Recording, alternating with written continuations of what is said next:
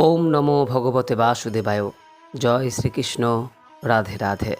বন্ধুরা, আমাদের সনাতন ধর্মের ক্যালেন্ডারে এমন কিছু বিশেষ দিন ও তিথি আসে যেগুলির আধ্যাত্মিক শক্তি আমাদের সাধারণ জীবনকে অসাধারণ করে তোলার ক্ষমতা রাখে। ঠিক তেমনই এক দুর্লভ ও পবিত্র সংযোগ নিয়ে আগামীকাল আপনাদের সামনে উপস্থিত হচ্ছে রবিবার 23শে আগস্ট, 5ই ভাদ্র। যারা ভক্তি ভরে নিয়মিত পুজো পাঠ করেন এবং সনাতন ধর্মের আচার অনুষ্ঠান মেনে চলেন, তাদের কাছে এই দিনটির গুরুত্ব অপরিসীম।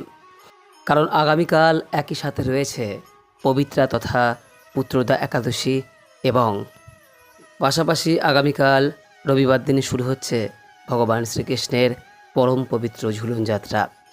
আজকের এই ভিডিওতে আমরা সবিস্তারে জেনে নেব এই দুর্লভ সংযোগের সঠিক সময়, তিথির মাহাত্ম্য এবং এই পবিত্র দিনে আমাদের ঠিক কী করা উচিত। ভিডিওটি অত্যন্ত গুরুত্বপূর্ণ, তাই কোনো অংশ না স্কিপ করে শেষ পর্যন্ত সঙ্গে থাকুন। আশা করি এই ভিডিওটি আপনাকে সমৃদ্ধ করবে। বন্ধুরা, সনাতন ধর্মে আগামীকাল রবিবারের একাদশীকে কোথাও পবিত্রা একাদশী, আবার কোথাও পুত্রদা একাদশী নামে অভিহিত করা হয়েছে। এই ব্রত পালন করলে সমস্ত জ্ঞাত অজ্ঞাত পাপ ক্ষয় হয়, জীবনের দীর্ঘদিনের বাধা বিপত্তি কেটে যায় এবং ভক্তের মনের সমস্ত সৎ ইচ্ছা ও মনস্কামনা পূর্ণ হয়।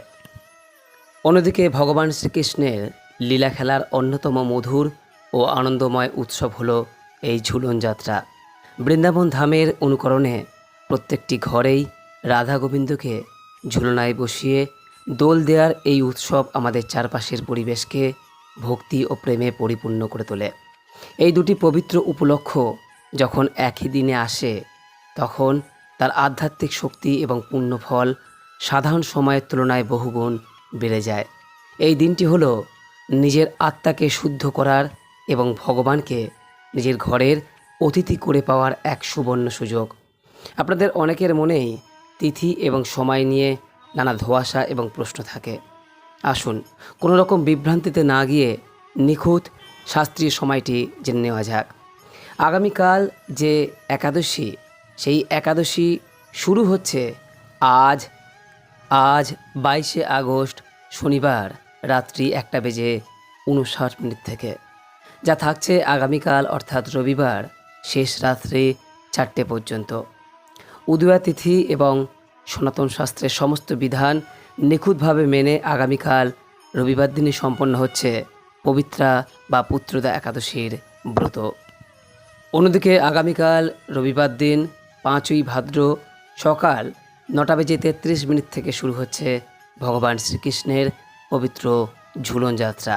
অর্থাৎ রবিবারের সকাল থেকেই শুরু হচ্ছে যুগপৎ একাদশী ব্রত এবং ঝুলনের আনন্দ অনুষ্ঠান। যেহেতু আগামীকাল রবিবার একাদশী এবং ঝুলন যাত্রা একই দিনে পড়েছে, তাই এই দিনটিতে আপনাদের প্রস্তুতি এবং করণীয় হওয়া উচিত অত্যন্ত পবিত্র, সুনির্দিষ্ট এবং ভক্তিপূর্ণ। আগামীকাল সকালে ঘুম থেকে উঠে প্রাতঃস্মরণ করে গঙ্গা জল মিশ্রিত জলে স্নান সেরে শুদ্ধ ও পরিষ্কার বস্ত্র পরিধান করুন। ঘর বাড়ি এবং ঠাকুরের আসন পরিষ্কার পরিচ্ছন্ন করুন।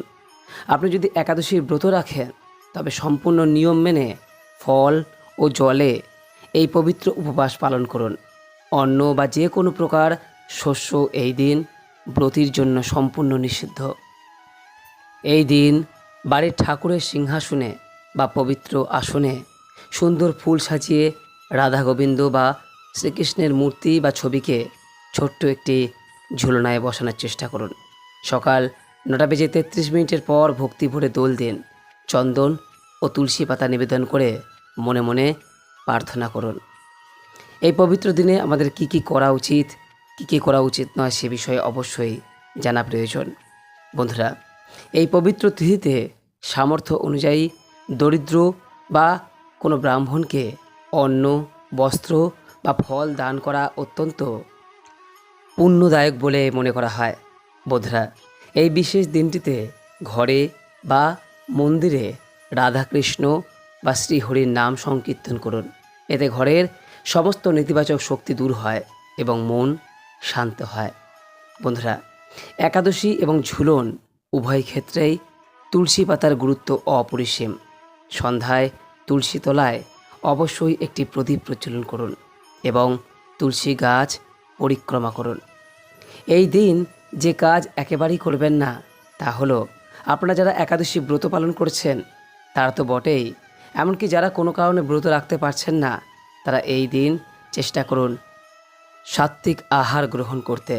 এই পবিত্র দিনে কারো সাথে বিবাদ, ঝগড়া, উচ্চস্বরে কথা বলা বা মনে কোনো খারাপ চিন্তা আনবেন না। মনকে সম্পূর্ণ পবিত্র রাখুন। বন্ধুরা, একাদশী এবং বিশেষ করে ঝুলনের এই পবিত্র দিনগুলোতে অযথা গাছের ডালপালা, পাতা, বিশেষ করে একাদশীর দিন তুলসী পাতা ছেঁড়া থেকে বিরত থাকুন। তুলসী পাতা একাদশীর আগের দিনই তুলে রাখার নিয়ম।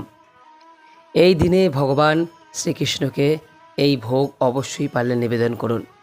ভগবান শ্রীকৃষ্ণকে ঝুলনায় বসিয়ে আপনারা মিছরি, মাখন, নানা রকমের ফল এবং পায়েস নিবেদন করতে পারেন।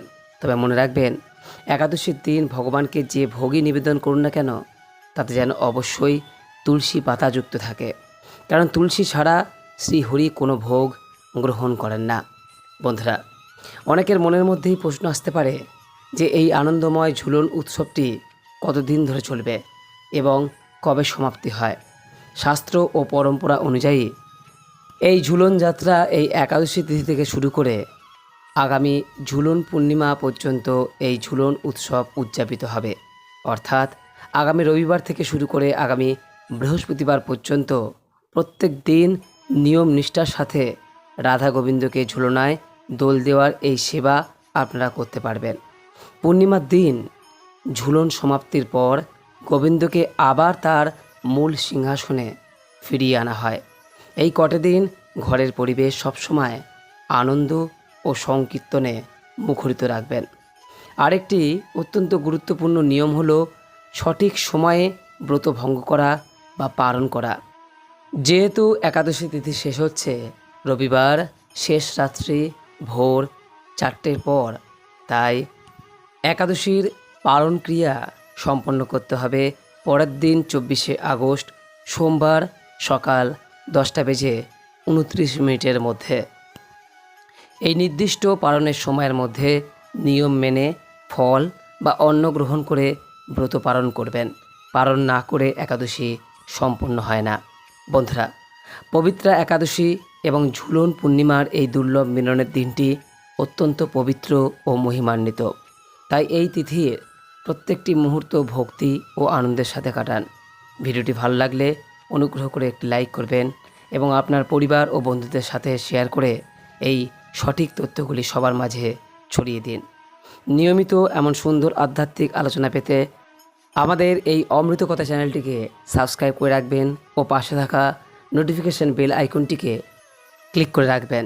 কমেন্ট বক্সে একবার হলেও ভক্তি ভরে লিখুন জয় শ্রীকৃষ্ণ, রাধে রাধে, অথবা ওম নমো ভগবতে বাসুদেবায়।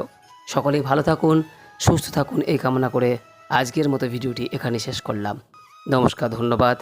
ঈশ্বর আপনার মঙ্গল করুক।